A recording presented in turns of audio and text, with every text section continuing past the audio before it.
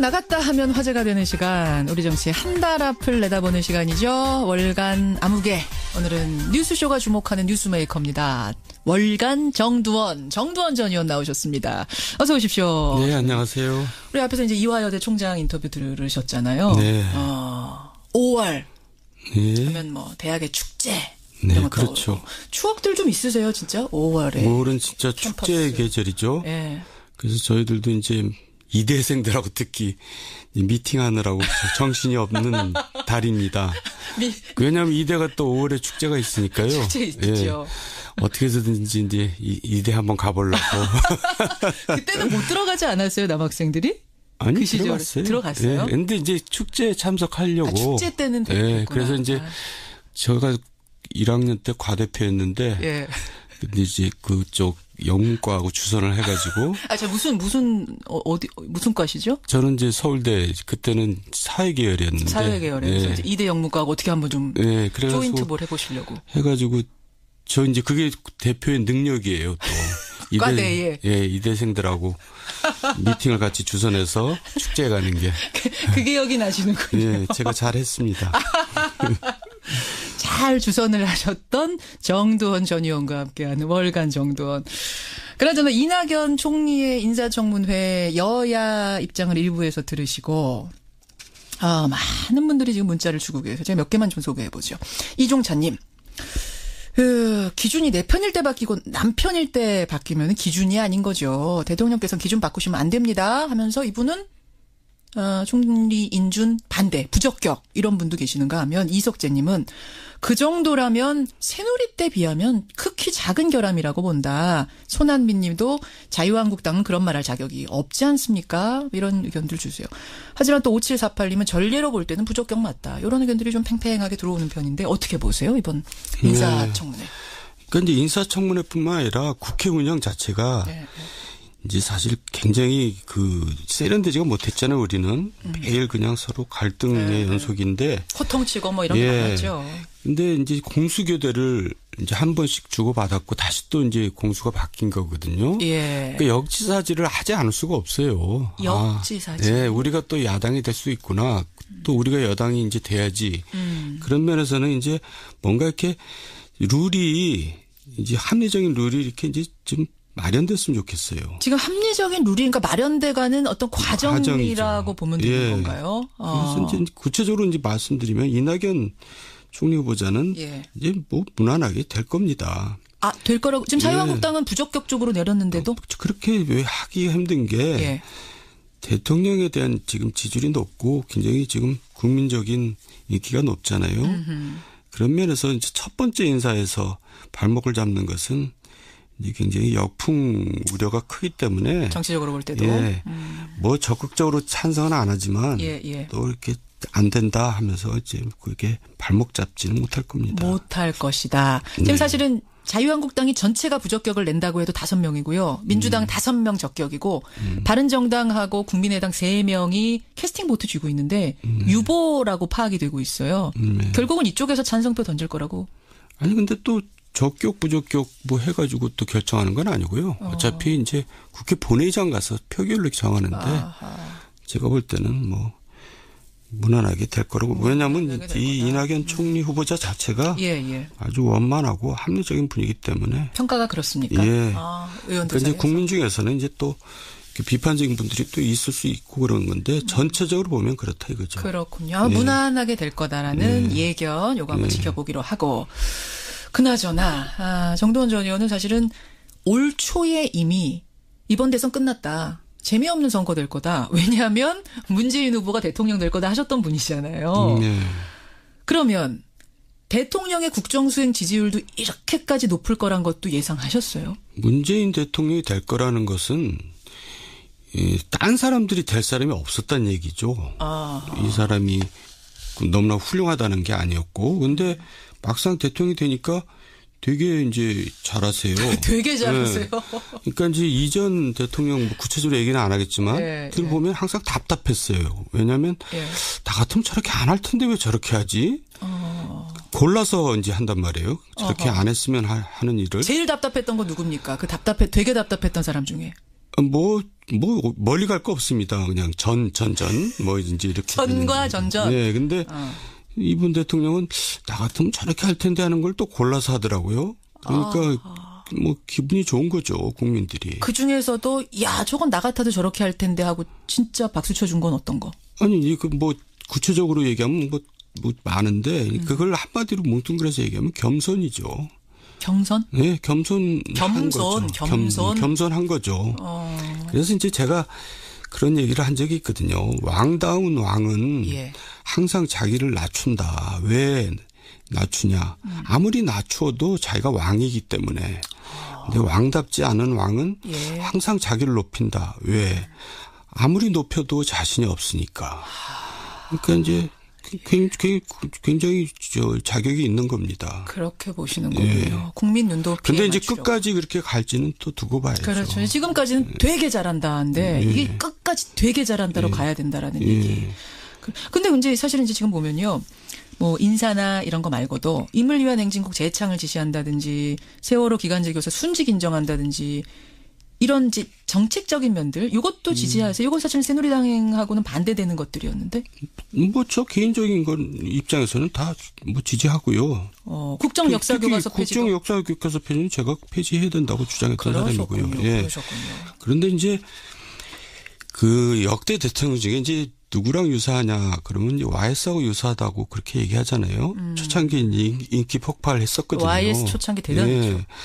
시원시원했죠. 그랬죠. 근데 이제 YS는 말로가 안 좋았거든요. 아니, 한 자리 지지율을 기록하긴 그러니까 했습니다. 이제 유의할 대목인데 그래서 이제 제가 이제 쓴소리를 좀 한다면 마냥 다 잘하시는 건 아니에요. 그러니까 한 두 가지만 이제 지적을 하면은 되게 잘하는 와중에 지적할 것 두 가지가 뭡니까? 이제 뭐든지 획일적으로 가면 안 되거든요. 획일적으로요? 네, 그러니까 일자리 창출도 81만 개 한다 그러면서 이제 금년도에 뭐 공무원을 1만 2천 명인가 뭐 한다는데 수요 예측도 안 하고 그냥 들린다는 거거든요. 그런 것도 획일적인 거고 비정규직 제로 이런 제로니 완전 뭐 완벽 이런 것도 사실 대통령이 피해야 할 그 단어고 그래요. 피해야 할 그 언사입니다. 그래서 왜 그렇습니까? 그건? 그게 부작용을 낳거든요. 그렇게 획일적으로. 왜냐하면 비정규직이 필요한 자리들이 있거든요. 분명히. 필요한 자리도 분명히 있을 텐데 완전 제로다. 만들기 위해서 그러면 공무원들이 할 수 없이 거기 맞춰야 억지로 되니까. 할 수도 있다. 이게 과거의 전철을 또 거꾸로 밟는 거기 때문에 획일적인 것은 피해야 되고. 그만큼 강한 의도는 알겠으나 주의해야 된다는 거. 또 이제 절차를 무시해서는 안 되거든요. 그러니까 이번 검찰 인사라든가 4대강 이제 감사 지시 같은 경우는 절차를 무시했거든요. 절차를 무시했다. 4대강 감사 지시가 어떻게 절차 무시인가요? 그거는 대통령 지시로 하는 일이 아니거든요. 총리가 이제 감사를 요청하거나 부처 장관이 요청하는 거지. 그러니까 감사원의 독립성을 이제 해치는 거죠. 근데 대통령의 의지를 표명하고 감사원이 결국 절차 밟아서 가면 되는 거 아니에요? 감사원이 알아서 하면 몰라도 결국 지시를 해서 한 꼴이 된 거거든요. 그래도 국민들이 지지하는 거면 그렇게 할 수 있는 거 아닙니까? 아니 왜 박근혜 대통령이 왜 저렇게 됐죠? 절차를 무시한 거 아닙니까? 그러니까 국정 운영을 전혀 비선을 통해서 말이죠. 그러니까 이런 부분은 사실 지적을 하고 가야 됩니다. 왜냐하면 누구를 위해서? 문재인 대통령을 위해서. 아무리 뜻이 좋고 국민들이 지지해도 절차 잘 밟는 거 이거 굉장히 중요하다. 민주주의가 아니죠. 알겠습니다. 잘하지만 그거는 반드시 끝까지 지켜야 되게 잘하는 걸 계속 유지할 수 있다는 굉장히 좋은 조언이셨어요. 정두원 전 의원, 월간 정두원. 그래요. 그렇고 각 당의 속사정을 한번 좀 들여다보겠습니다. 민주당. 일단 지금 저희 리얼미터 지지율 어제 파악해 보니까 56%를 넘겼습니다. 네, 다 대통령 덕이죠. 뭐 민주당이 특별히 잘한 게 또 뭐 있겠어요. 대통령 지지율 좀 타고 가는 겁니까? 네. 어쨌든 당은 행복한 비명 지르고 있는 거예요. 네. 그런데 이제 미지수죠. 민주당이 이제 어떻게 역할을 지금 하고 있는 게 없거든요. 대통령 지금 혼자 개인 플레이 지금 하고 계신 거고. 그래서 이제 과거 여당처럼 거수기로 갈 것인지 아니면 이제 정부 여당을 견제 역할을 하면서 또 야당과 협치를 해나갈 것인지는 앞으로 이제 두고 봐야 할 대목이죠. 그러니까 지금은 뭐 잘한다고 볼 수는 없고요. 대통령 인기에 얹혀서 가는 거죠. 자, 자, 이게 지금 민주당은 지금은 행복하지만 앞으로가 고민일 거예요. 어떻게 입장 잡고 가느냐. 자유한국당으로 가보겠습니다. 사실은 다른 당들은 지금 참 힘든 상황인데 특히 자유한국당 뽑아야 됩니다. 대표. 7월 초에 전당대회 합니다. 여기 지금 상황 어떻게 돌아가고 있는 거예요, 정 의원님? 저도 상황 별로 관심도 없어요. 아니, 친한 분들 많으신데. 정남이가 떨어져가지고. 정남이, 그래도 뭐 주워 듣는 이야기들, 들려오는 이야기들 있지 않습니까? 그러니까 이제 친박이 또 무슨 당권에 도전한다. 이런 얘기가 이제 벌써 이 당이 미래가 없다는 얘기가 돼버리는 겁니다. 친박은 보수라기보다는 수구고요. 수구. 이미 박근혜 탄핵 구속으로 패족이 된 거거든요. 이미 됐다고 보시나요? 예. 패족이 친노도 사실 과거에 스스로들이 패족이라고 얘기를 할 정도인데 예. 친박은 더하죠. 더 합니까? 예. 근데 이제 이런 친박이 당권에 도전하는 그 자체가 이제 사실 언어도단이고요.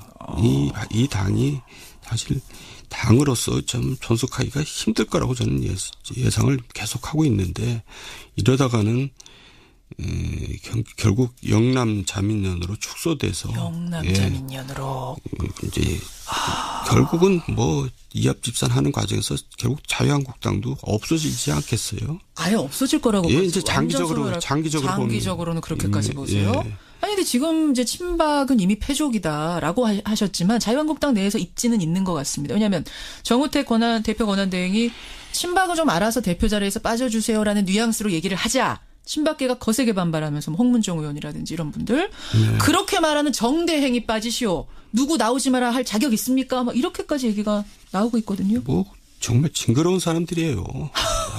어떻게 제가 옛날에 얘기했잖아요. 제가 물어봤어요. 자유당 원로 정치인한테 자유당 때도 저런 사람들이 있었어요. 그랬더니 그때도 저 정도는 아니었다고 예전 자유당 때도? 네. 정말 너무한 것 같아요. 어느 부분이 이렇게 징글징글하세요? 아니 특히. 그 정도면 반성을 하고 스스로 물러나도 시원찮은데 아직도 이렇게 고개를 들고 뭘 하겠다고 나서는 것 자체가 너무 후한무치하지 않아요? 후한무치. 그러면 지금 이제 홍준표 전 후보가 돌아온답니다. 그러면서 일각에서는 뭐 홍준표 추대론도 나오고 있고 이런 상황은 된다 안 된다 얘기가 많고 품격이 또 떨어진다는 얘기도 있고 어떻게? 홍준표 후보도 그랬잖아요. 뭐 친박을 기반으로 자기가 지금 대선을 치러놓고는 또 이제 와서 또 당권 때문에 또 친박하고 각을 세우고 도대체 뭐 하자는 건지 모르겠어요. 국민들이 그런 당에 무슨 희망을 갖겠어요. 홍준표 전 후보도 그렇다. 네, 뭐 친박 다 해제시켜줬잖아요. 그러니까 당원권 정지 풀어준 게 또 하기는 홍준표 전 후보잖아요. 그때는 필요하니까 이제 달면 삼키고 쓰면 뱉고. 그래가지고는 안 되죠. 그럼 결국은 누가 대표될 것 같으세요? 홍문종, 원유철, 홍준표 셋 중에. 그렇게 셋 나온대요? 뭐 그렇게 지금 알려져 있어요. 네. 그러니까 뭐 그렇게 나오면 홍준표가 되겠죠. 그렇게 보세요. 네. 근데 아이가 모양이 참 우습죠. 되도 우습다.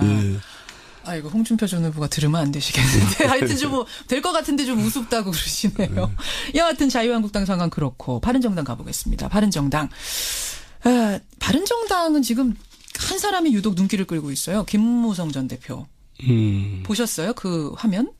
봤죠. 그러니까 소소하자면 소소하고 좀 크자면 큰 얘기인데 김무성 전 대표가 캐리어를 공항에 입국하면서 여행용 캐리어를 수행원한테 이거를 뭐 던지듯 굴렸다 그래야 됩니까? 무슨 묘기 부리듯이. 농구. 그건 뭐라 그래요? 저도 잊어버렸네. 근데 제가 그 모습을 보고요. 저가 뜨끔하더라고요. 왜요? 저도 과거에 저러지 않았나? 이제 생각을 해봤어요. 혹시 나도 그러지 않았나? 그랬더니 그러지는 않았지만은 내 태도가 사실 그렇게 밑에 사람들한테 군림하는 태도는 어느 정도 있었지 않았나 이런 반성을 하게 되더라고요. 지금 눈 감고 얘기하셨어요. 정도원 전 의원이. 그래서 이렇게 부지불식간에 하는 행동이 그 사람의 본질이거든요. 그래서 일단 나부터 반성을 하게 되고요. 지금은 현직은 아니지만 제가 사과하고 싶더라고요. 저는 이게 노룩 패스라고 그러잖아요. 이거를 쳐다보지도 않고 쭉 미는 거, 쭉 미는 거. 저는 설마 저랬을까? 저거 혹시 필름 거꾸로 돌린 거 아니라 생각을 했을 정도로 의심했는데 이런 일들이니까 그럼 곳곳에서 있다는 얘기예요? 아니 곳곳에서 있을 수 있고요. 또 그분이 괜히 노력 패스가 자연스러웠잖아요. 그러니까 너무 자연스러웠어요. 평소에 자주 했던 거죠. 그러니까요. 제가 지금 이분 개인기인 줄 알았어요, 저는. 네.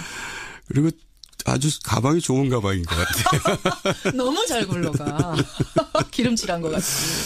야, 근데 이것 때문에 어제 예. 리얼미터 이택수 대표의 분석은 이거 나온 날 바른정당 지지율이 뚝 떨어졌다는 거예요. 그러겠죠. 이게 소소한 것 같지만 절대 소소한 일이 아닙니다. 갑질입니다, 이거. 그렇죠. 그래서 이제 바른정당은 그란해도 지금 힘든데 예. 지금 이 상태로 가서는 독자적으로 지방선거 치르기가 힘들고요. 그래서 이제 지금 국민의당 얘기도 아직 안 했지만 예. 국민의당도 사실 힘들잖아요. 근데 결국 여당으로 갈 사람은 갈 것 같아요. 그래서 이제 잠깐만요. 예. 바른정당에서 예. 더 이상 힘드니까 이제 국민의당에서 민주당으로 옮길 사람들이 있을 거다. 아니 국민의당에서 예, 국민의당에서 민주당으로. 네. 그리고 남은 세력하고 바른정당하고 이제 합당 내지 연대 결국은 하는 것이 그나마 이제 두 당이 다 생존하는 방법이 아닐까 저는 그렇게 생각을 옛날부터 하고 있고요. 그렇게 보시는군요. 이게 물밑으로 얘기도 진짜 실제 되고 있는 겁니까? 그거는 모르죠. 근데 이제 이제 국회가 돌아가면서 그런 대화들이 이제 더 진지하게 오고 갈 것 같아요. 지방선거 앞두고는 더 있을 수 있다는 말씀이세요. 국민의당은 지금 사실은 이제 자강론을 주장하는 파가 하나 있고, 바른정당하고 손잡자는 파가 있고, 민주당하고 통합해야 된다는 파가 있고, 막 혼재하고 있는 상황이거든요. 그러니까 여당으로 갈 사람은 이제 가게 된다는 거죠. 결국은 그렇게 보시는 거예요. 국민의당하고 바른정당이 제일 어려운 상황이라고 보세요. 지금 민주당 말고는 다 어렵죠. 다 어려운 상황. 네. 정계 개편이 결국은 지방선거 앞두고 있을 거라고 보시는 거군요.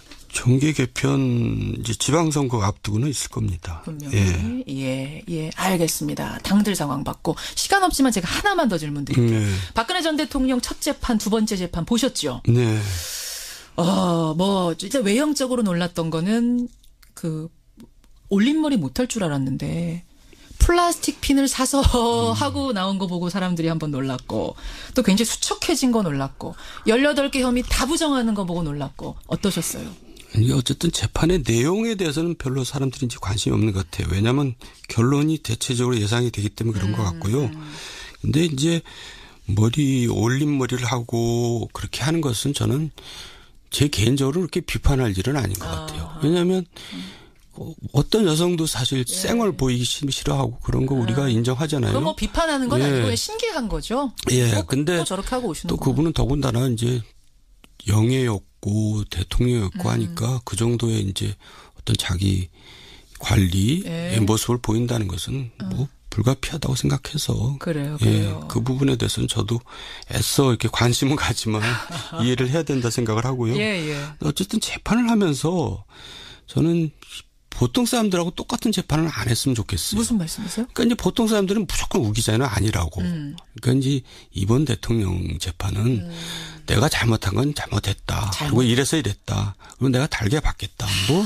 이런 이제 재판이 돼야지 정말 유종의 미는 아니지만은 그래도 지금까지의 모든 것을 그래도 조금이라도 그나마. 아름답게 좀 가리지 않습니다. 상쇄할 수 있는. 그거 좋은 지적이네요. 잘못한 건 잘못했다고 인정하는 게 그나마 전직 대통령으로서 최소한의 도리 아니겠냐. 너무 구차스러운 것 같아요. 여기까지. 지금 청취자들이 들으면서 어떻게 구구절절 옳은 말씀하시냐. 이 얘기들을 되게 많이 주시고 6968님. 주간정도원으로 개편해달라. 생각해보겠습니다. 정도원 전 의원 고생하셨습니다. 네, 수고하셨습니다. 월간 정도원이었습니다.